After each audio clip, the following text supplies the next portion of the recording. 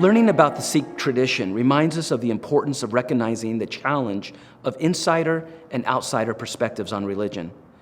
I don't think there is ever a completely objective perspective on religion, whether one is an insider or an outsider to religion.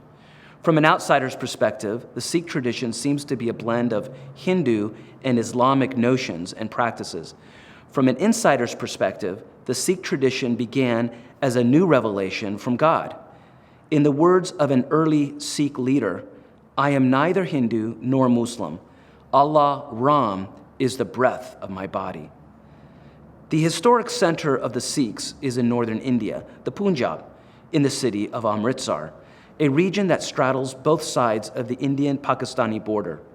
Sikhs affirm the notion of one God, a God they can be called by any number of names. For instance, Hari, Allah, Nam. As one influential leader once stated, "He is one, there is no second. Rama, Khuda, Shakti, Shiva are all one.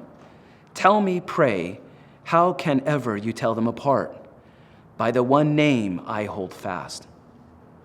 The Sikh notion of God has similarities to some features of the biblical concept of God, for God is truth, creator, omnipresent, and pre-existent.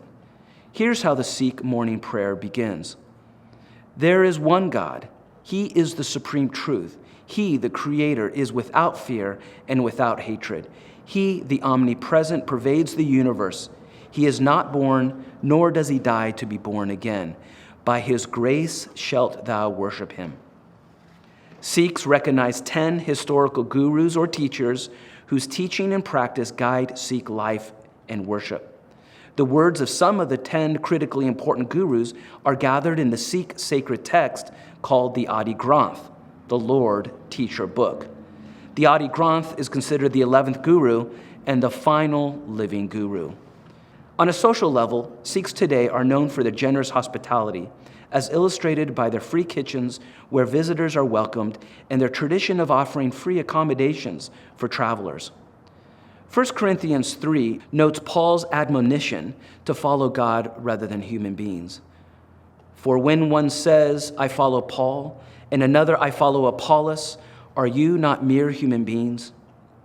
Christians have a tendency to distinguish themselves by who they follow or whose theology they adhere to.